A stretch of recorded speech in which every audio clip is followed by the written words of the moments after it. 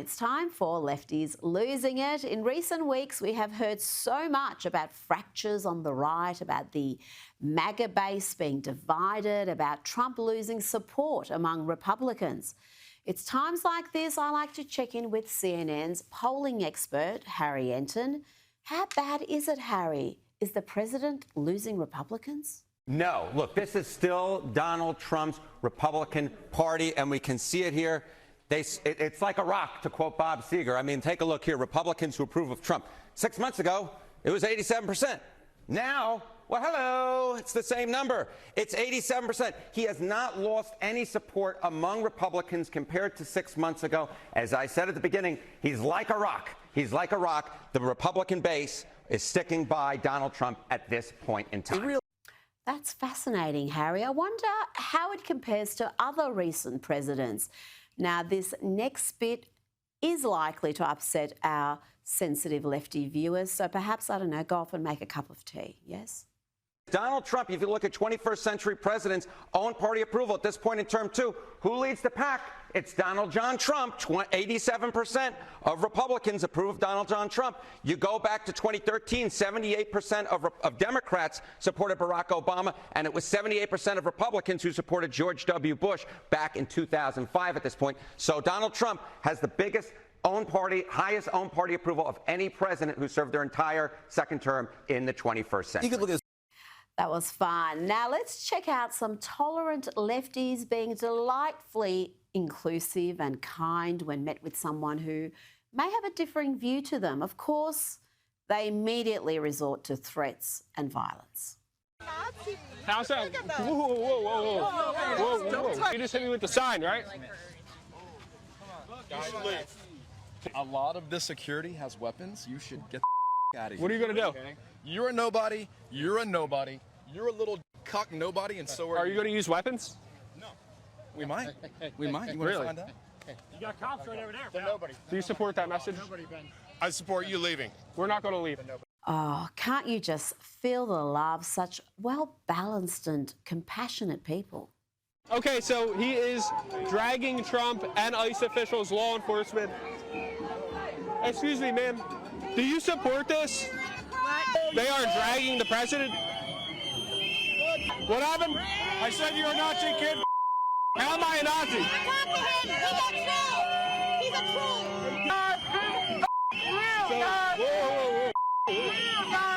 Real inclusive. Really inclusive.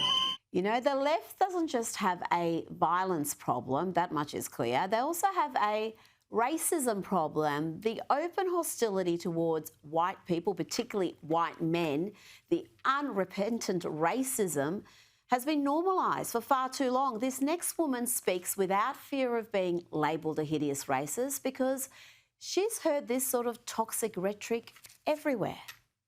Charlie Kirk. Like, I'm glad the guy's dead, actually. So, you're glad he's dead? Yeah, I'm glad. White men are literally the single greatest threat to humans being fed, housed, clothed, having their basic needs. White men are the greatest threat to that. Well, I don't see any problems. Because you're a white man! Well, you're also unable to name me an example, right? The example is you having the privilege to even be out here. Now, you'll remember Donald Trump and New York City Mayor-elect Zohran Mamdani having a very civilised, polite get-together in the White House. Well, the lefties lost it after that because Zohran didn't attack the president in the way they would have liked. So, like a good little coward, he's now gone back to calling President Trump a fascist. He's gone from this. Are you affirming that you think President Trump is a fascist? I've spoken about... That's okay. You can just say yes. Okay. It's easier. It's easier than explaining it. I don't mind. Yep, he's gone from that to now claiming that he in fact answered yes to that question, and he does see Donald Trump as a fascist. Mr. Mayor-elect, just to be very clear, do you think that President Trump is a fascist? And after President Trump said that, I said yes. And so you do? And that's something that I've said in the past. I say it today. And you've also said in the past that President Trump has engaged in a, quote, attack on our democracy. You've called him a despot. Do you still believe President Trump is a threat to the democracy? Everything that I've said in the past, I continue to believe.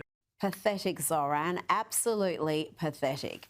Now, let's have a look at some of the entitled antics of protesters who are helping to destroy the profitability of businesses that cooperate with immigration and customs enforcement, ICE. Businesses that simply comply with the law. Watch these idiot lefties lining up to buy 17-cent ice scrapers at Home Depot, then returning them and then buying them, which essentially stops anyone else, like real customers, being able to shop at Home Depot. What are you buying? An ice scraper. Nice. What are you guys buying? We are buying Ice scrapers. Let's bring in documentary filmmaker and commentator Ami Horowitz. Ami, no shock that those scenes are from California. This would be costing affected businesses a fortune. Yeah, California, my home state. Oh, I'm so proud. By the way, did I hear that right? The ice scrapers are 17 cents. Well, obviously, it's in California. There is no ice. I looked at my local store. I heard about this. They're $2.99. So, yeah, I would have gotten a line for them also. Just wouldn't have returned them. They're too good a deal. Look, for them, this is a twofer, right? Which means, like, on the one hand, they get to do two things at one time, right? They get to protest the fascism of Trump, right? And the ICE raids, and at the same time also help to take down capitalism. So for them, it was a 2-for-1 deal. You know, the right never does this, right? When we have, obviously, the right has issues with the left, issues with different governments in the city governments, state governments. President was on the left just last year. But we didn't do this thing. We didn't disrupt commerce. We didn't disrupt people's lives. We didn't go to people's homes. That's not the way the right does business. And by the way, I don't know if you saw that in the clip, but they had 24 white crosses to basically saying that there are 24 people who died in ICE custody since Donald Trump. Well, as you know, Rita, I'm a data guy. I don't just let that go. I go into the numbers. I go into the weeds. I did it with this also because that didn't seem right to me. And yeah, indeed, there were between 20 and 24 deaths. But yeah, not exactly in ICE custody. I'm talking, the people that died were actually mostly in hospitals where the U.S. government was actually trying to treat them for underlying conditions. They died in the hospital. Some of them were suicides. But of course, let's not let the truth get in the way of the narrative of the left, right? And, you know, I want to point out another thing, that Home Depot, they're not involved in these ICE raids. They don't coordinate with the U.S. government. They went to great pains to say, we have nothing to do with this. But of course, the left doesn't care about the truth, doesn't care about that. And I'll just add one last thing about this, Rita. Look, as you know, we've talked about illegal immigration for years on the show. And I'm going to take a backseat to no one on how I wanted to stop illegal immigration and get rid of illegals in this country. But it's also a very bad look. Okay, when you run into Home Depot and grabbing people off the parking lot or trying to get jobs, it's one of the reasons, just from an optics perspective, it's one of the reasons why there's been a degradation in support of Donald Trump with the Latino community, which in no small way put him over the top. So I think also one has to look at the politics of this, and it doesn't look good. It doesn't, but if you want to have mass deportations, you're going to have to do that. It's not. There's no nice way of going about this. There's no way where you're going to be able to deport people who are in the country illegally without scenes that are like that and they're sometimes emotional and hard to witness. But it's what he was elected on. He has a mandate to do it. But, let's stick with law and order. There's been another shocking, unprovoked, violent attack on public transport with a young woman set alight by someone who looks to be a career criminal. And people are drawing comparisons with this case with the horrific murder of Irina Zarutska, whose brutal stabbing was caught on video. The 23-year-old Ukrainian refugee was killed by someone who should have been behind bars. And that is also the case with this latest attack where 26-year-old Bethany McGee was set on fire on a Chicago L train, allegedly by Lawrence Reed. Now, this is a man with 72 prior arrests. His name's Reed, and he's now facing terrorism charges. But incredibly, Army, the judge initially overruled a request from prosecutors to have Reed locked up. I mean, this man should have been behind bars. This attack should have never happened. Thankfully, Bethany has survived the attack, but she has suffered horrific injuries. Yeah, grievous, terrible injuries that may follow her for the rest of her life, unfortunately. Another example of blue city failures on crime, and I think that we have been facing in New York City and will be facing, obviously, acutely with Zoran Mandani. 72 times being arrested. Rita, I can't think of something I've ever done 72 times at all in my life. That's a lot of arrests. And by the way, more than that, he broke probation over a dozen times. Just so you understand, when you break probation once, you're supposed to go back to jail immediately, okay? But it goes back, remember that the whole bail discussion we had, that video I shot just a couple weeks ago, we talked about it. It's so fascinating because if you remember in that video, I was asking people, do you think your criminal history should be part of how the judge looks at what your sentencing will be? The answer is obviously yes, right? I mean, what else are you going to go by? But the left refuses to do that. This is an example, of that video coming to life where the judge themselves are saying, I'm not going to take their criminal history into account. It's unbelievable. And by the way, this idea of setting people ablaze on our city's transport systems, this is not an isolated incident at all. In fact, I was looking at it. In the last 12 months, Rita, 5 people in Chicago and New York alone were set on fire in those transit. 5 people, Rita, okay? This is an epidemic, okay? No, you can't, this is unbelievable. And look, this is also, I want to point out, really a mental health crisis also. And I think it's an example, I've said for years that, I hate to say it, but we know that a lot of these crimes are committed by people with mental health. I think we need to go back. It was Reagan who actually deinstitutionalized mental health criminals. And I think we have to reinstitutionalize people. I don't think we have a choice. And lastly, I'll talk about Brandon Johnson, the absolute and utter failure of a mayor. His response to this was unbelievable. He was talking about how, first of all, this is an isolated incident, untrue. Crime is up massively in the Chicago Transit Authority. And I was talking about how he's trying to make Chicago one of the safest big cities in the country. Yeah, total fail. Chicago is 3 times the national homicide average. And by the way, has a higher homicide average than Medellin, Colombia. So sorry, Brandon Johnson, that's just not the case. He is amongst the worst mayors in America, and that's saying something. Army, before you go, President Donald Trump signed an executive order earlier today that designates chapters of the Muslim Brotherhood as foreign terrorist organisations. The Muslim Brotherhood is a Sunni Islamist organisation founded in Egypt back in 1928, and the White House argues this designation will help the US combat the group's transnational network, which is set to fuel terrorism against US interests and allies in the Middle East. Army, is there going to be much resistance to this move by Donald Trump? Surely the Democrats aren't going to side with the Islamist Muslim Brotherhood. Yeah, first of all, I spent over a year researching and interviewing members of the Muslim Brotherhood around the world. I went to Cairo and Istanbul and Beirut, Germany, and I met with dozens of Muslim Brotherhood leaders and lay people around the world. And I can tell you it's one of the most dangerous organizations that exists. So kudos to the president for designating them. I'm asking and pushing this for years as a terrorist organization. As far as your question when it comes to the left, they're going to cry foul on this. Of course they are. The Muslim Brotherhood was telling me that they have co-opted the left. Like that was part of their strategy.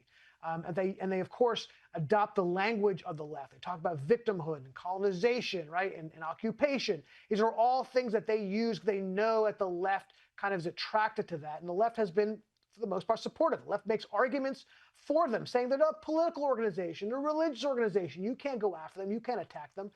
While they are those things, and by the way, so is organizations like Hamas, but their main point of business is terror. Like Hamas, and I mentioned Hamas a couple of times because Hamas is a direct offshoot of the Muslim Brotherhood. Al-Qaeda is an offshoot of the Muslim Brotherhood. There are almost a dozen terrorist organizations across the world that consider themselves part of the Muslim Brotherhood. Their slogan is jihad is the way. and dying for Allah is the greatest good. That's their slogan. This is not me saying this. This is them saying this about themselves. They're incredibly dangerous. And by the way, they have really spent a lot of time and effort in Europe and the United States. The largest Islamic organizations in the U.S., CARE, the student organizations, are part of the Muslim Brotherhood. They're associated with the Muslim Brotherhood. And also, very dangerously, they are really involved in the jails. Most people who convert to Islam in the jails do it under the auspices of the Muslim Brotherhood, and 35 to 40,000 people a year are converting to Islam in our jails. And the latest estimates are that 15% of the total population of jails are actually Muslim, and it's a direct response directly because fascinating. The Muslim Brotherhood has been converting them. Yeah, that is fascinating. Army Horowitz, thank you so much for those insights. Let's bring in Sky News contributor Kosha Gator. Kosha, Swedish doom goblin Greta Thunberg has been banned from Venice for dyeing the Grand Canal green over the weekend. Yes, the climate zealot turned anti-Israeli activist and around 36 other global warming alarmists were slapped with the ban, which only lasts 48 hours. Greta also copped a small fine. The activist said the dye is harmless and was used to draw attention to the massive effects of climate collapse. They also displayed a banner reading, "Stop Ecocide," from the Rialto Bridge. And it wasn't just Venice. Green dye was released into canals, rivers, lakes and fountains in 10 different Italian cities. Kosha, I don't think the Italian Prime Minister, Giorgia Meloni, is going to be a fan of this sort of activism. She doesn't have much patience for the likes of Greta Thunberg, and she took some tough action during COP30, rejecting various climate change measures that were being proposed. Yes, she's of this ascendant movement that wants to end all that nonsense and serve her constituents. She's also famous for the eye rolls. I think the Giorgia Meloni eye rolls are a genre unto themselves. But hopefully there's more than eye rolls. I don't know what recourse there is with Greta, because she is ultimately a performance artist, in my opinion. And breaking norms, rules, laws is part of her performance art, and paying the fines is the cost of her act and the cost of doing business. So she will incur these fines, but it's just a little bit here and there, a slap on the wrist, and she achieves her goal, which seems less and less to be about climate change and more about fame, personal fame. So she's going to keep doing it.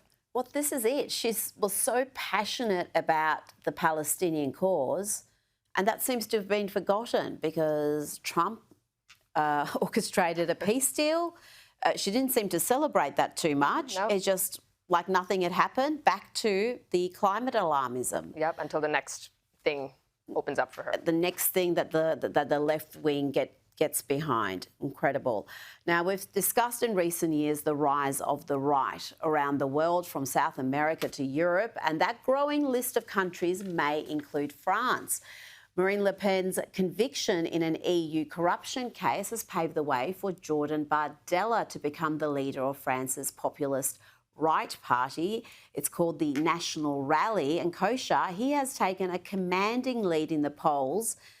He could become the country's next president. It's quite incredible how popular he is. He's a young man, but people see him as a successor to Emmanuel Macron. They do, because the fundamentals in Europe and Latin America and all these places, America, England, and here, I would say, are in alignment with the populist right. All those things, from immigration, economy, cost of living, energy that we just discussed. And the movement is bigger than any one person. Yes, if there's a charismatic leader who gives it a jump start, that has value, but it's bigger than that person. Trumpism will exist beyond Trump.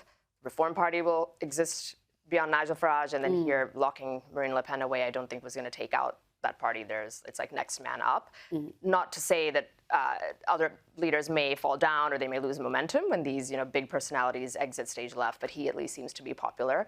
And the French Parliament is very tenuous right now. Ever since Macron called that snap election last June, they've got this very uneasy alliance because they're really trying to keep this ascendant party out. And, that shows up as there's this chronic instability. And the next time there's an election, we shall see, because they've only been gaining ground over the last several years.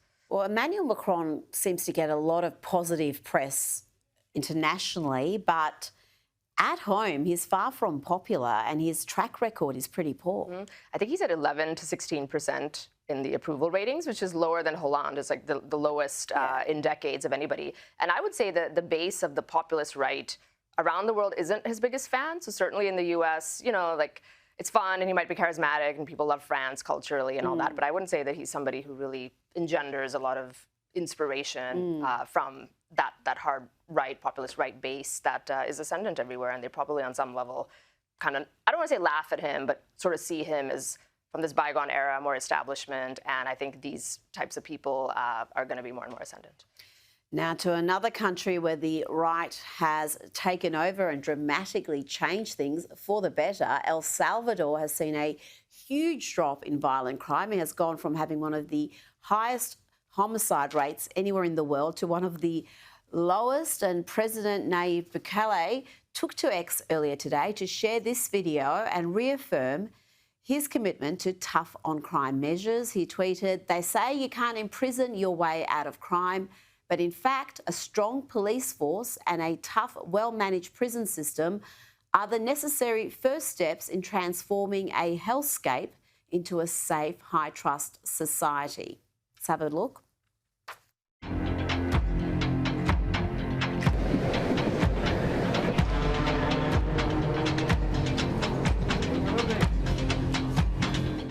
Kosher, the stats don't lie here. The drop in violent crime in El Salvador is astonishing. And the fact that he did it so quickly is just as incredible. He has put that country on the map in a way that is such a blueprint for everywhere, because you see San Francisco, you see Melbourne, you see all these once great, amazing cities telling the opposite story of just crime being on the up and up, not obviously to this level, but it can move quickly. And then you see this other example over here. And, you know, there were examples before, like New York City under Giuliani and all that, where they cleaned up crime. But here it is the most extreme because it was known as the homicide capital of the world. There were 106 homicides per 100,000 people before he came in, and now it is less than 2. Incredible. Less than 2 in that time. How does he do that? But you know how he did it. We've seen footage of it. It's by locking away the bad people. And having a maximalist-style prison where they have 23 hours of hard labor, no sunlight, all of that. People don't want to go to prison. People don't want to go. It's a true deterrent. And that is a 98% reduction. And it is such a blueprint. So it really makes other leaders look more and more foolish. You could take a place like that and turn it around so quickly. He's the most popular president, 98% approval rating in the world for this reason. And the philosophy is so at odds with what we've embraced in Australia, because this so-called progressive way of looking at the criminal justice system, where it's all about the offenders' rights, how do we reintegrate them into society, all about that instead of prioritising the safety of the community, punishing people for wrongdoing, and also having punishments that act as a deterrent. That's, again, another message that seems to have been lost. It's so simple in principle, but for some reason it's not being executed, or we know the reason. Well, yes, we do. Now, there's been a development in Derek Chauvin's case. That's the man convicted of killing George Floyd, and that triggered the BLM riots of 2020. A conviction many see as political and fundamentally flawed, Kosher, and his defence attorney has now filed a new petition that challenges the murder conviction.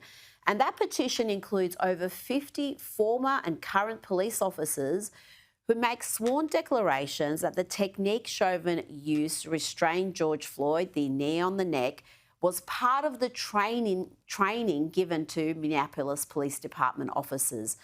Kosher, this is something that is a sleeper issue. I see it come up. There is a lot of interest in it because people have learnt a great deal more about that incident.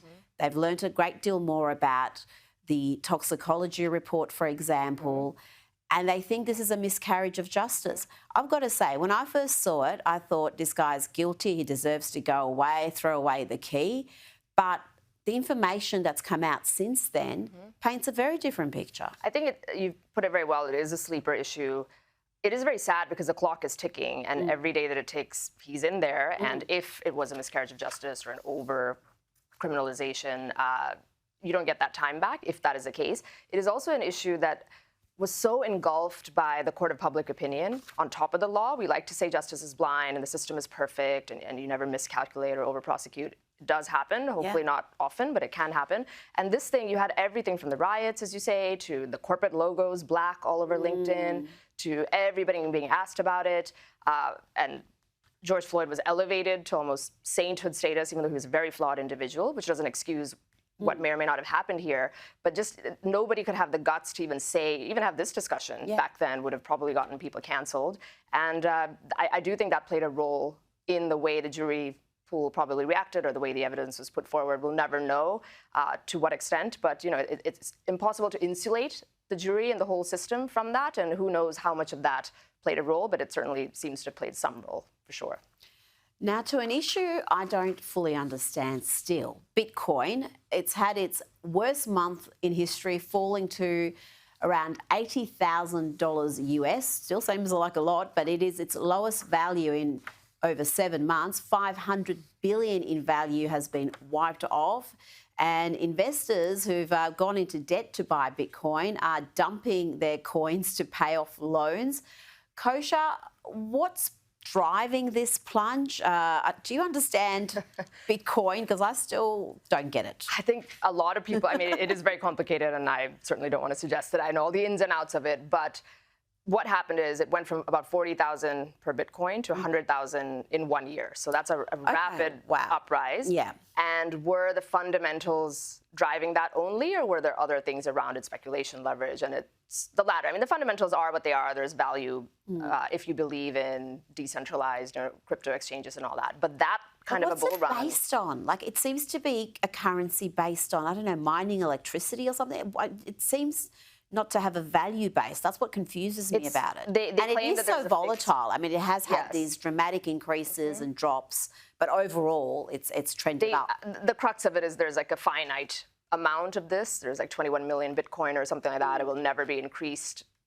Is the belief system. So it's kind of like gold or what have you, that there's a finite supply, and so that's why there will always be inherent value to it. But there was so much around this where there was institutional buying, there was extreme leverage, and all of that at once. It's sort of a cascade effect of many things in the system that are changing and flipping at once, where institutions are dumping, interest rates they were expecting would drop by a certain time frame, they didn't. And then what's happening is those big institutions can cut their losses and dump. The profit takers did that and have made a lot of money over that bull run. The ones who have the ability to hold it for the long run are holding it. So these other people got wiped out, the ones who took on debt to buy it. The ones who bought 100,000 are the ones who are feeling and no one it. is buying it now, so then that will lead to a tank until there's a correction to whatever the market believes is a fair price, and then I think people might get back in. Kosha Gator, thank you so much for your time. Pleasure.